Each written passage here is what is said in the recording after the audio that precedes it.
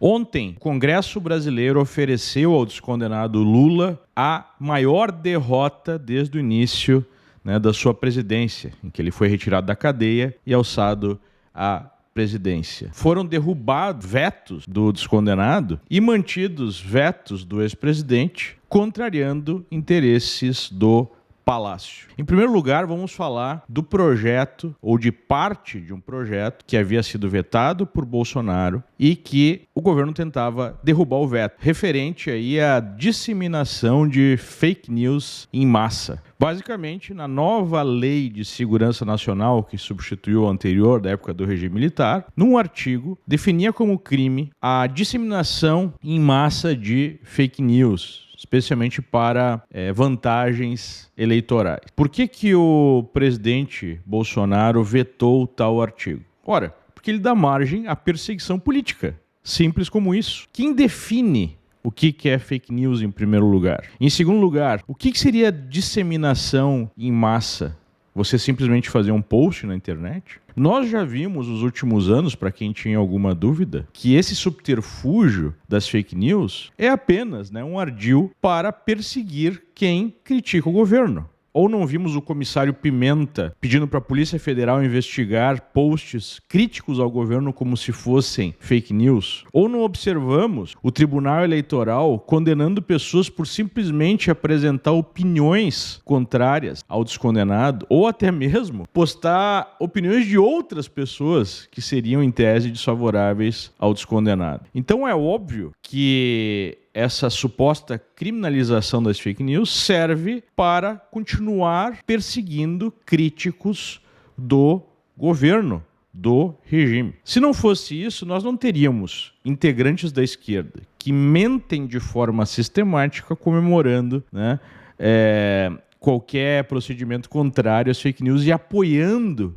que isso virasse crime. Por exemplo, a gente tem o Janones, todo mundo conhece o Janones. O Janones escreveu no livro, confessou que atuou na campanha de Lula e usou fake news para desestabilizar Bolsonaro. Está aí no Globo, matéria do dia 28/10 do ano passado. Tem um sujeito aí na internet, um tal de Pedro Rousseff, que parece ser sobrinho da mulher Sapien, que falou o seguinte: com apoio de toda a bancada do PL, Congresso Nacional acaba de manter o veto de Bolsonaro, que na prática libera as fake news sem punição. O bolsonarismo é nojento. Só tem um problema, O sujeito, outro dia, semana passada, estava divulgando uma informação falsa, que Lula havia liberado 100 milhões de reais para motoristas da Uber no Rio Grande do Sul, quando, na verdade, em encontro com o presidente, o CEO da Uber anunciou uma liberação de 10 milhões de reais da empresa para os motoristas.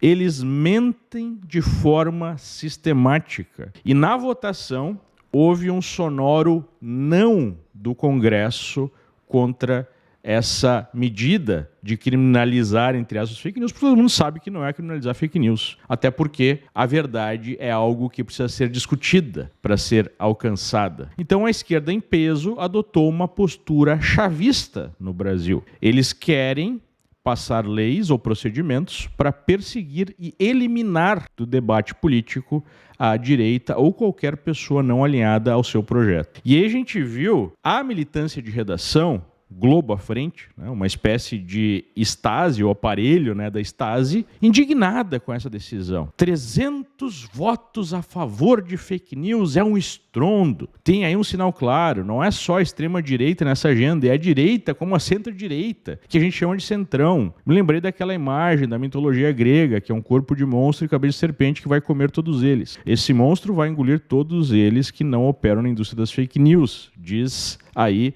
uma militante de redação da Lula News, que tem como objetivo perseguir e legitimar a perseguição a todos os não alinhados. A Globo News nada mais é do que um braço do regime que serve para perseguir brasileiros não alinhados e para defender o regime. Não, cara, militante de redação. Quem será perseguido serão todos. Ou não tivemos na semana passada 2 jornalistas, 2 colunistas do UOL sendo chamados de mentirosos pelo presidente do Tribunal Eleitoral por fazer uma matéria que ele considerou, em tese, mentirosa porque ia contra os interesses do tribunal. Então, quando se aceita a perseguição política contra adversários como prática, a história nos mostra que isso produzirá perseguição política contra todos em algum momento. E é isso que o Congresso brasileiro rejeitou. O Congresso brasileiro rejeitou aí a censura, mais uma vez. O Congresso brasileiro rejeitou aquele projeto de lei que buscava censurar a internet, mas a gente tem aí,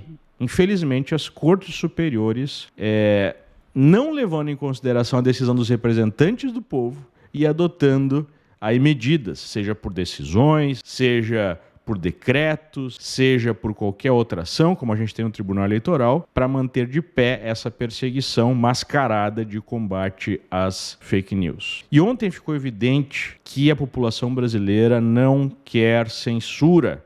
A pressão em cima dos parlamentares foi gigantesca. E é por isso que esse tipo de projeto não passa, mesmo com os bilhões bancados pelo Executivo aos parlamentares, né, para passar outras medidas, mas essa não passou mesmo com esses bilhões. Por quê? Porque é um custo eleitoral, já que o eleitor não quer. Só que esse pessoal que diz defender a democracia, não defende a democracia. Em primeiro lugar, não há democracia sem liberdade de expressão, sem liberdade de ação política. Em segundo lugar, a democracia é representada pelo voto no parlamento e não por decisões que venham de cortes superiores, né, que aí desmerecem, desfazem, desconsideram as decisões parlamentares. Numa outra decisão acachapante, mais de 300 votos, o parlamento basicamente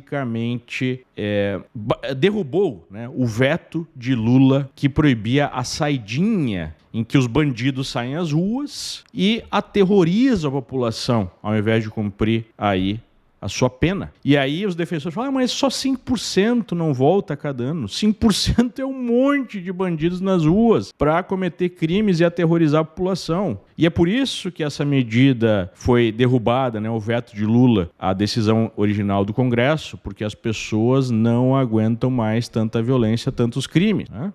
Mas agora o que faz o governo? Já vai buscar a intervenção do Supremo no Legislativo. Para manter saidinha, o governo conta com o Supremo para reverter a derrota de Lula no Congresso, fala aqui, né, o Globo. Então, o que nós estamos vendo não é mais um processo democrático, nós estamos vendo um processo em que o governo, que tem como base de poder a ação da militância de redação, que aí sim, produz fake news, desinforma, mente, né, para defendê-lo, e ainda por cima conta com as cortes superiores para impedir a vontade popular quando ela se apresenta pelas mãos dos parlamentares. E o governo ainda perdeu numa terceira situação da Lei de Diretrizes Orçamentárias, em que ficou proibido o financiamento de quem invade terras, ou seja, MST, ficou proibido o uso de recursos para fomentar a ideologia de gênero, para cirurgias de mudança de sexo, né? Então, uma derrota completa do governo no parlamento ontem, porque é um governo que não está alinhado com o povo, é um governo artificial,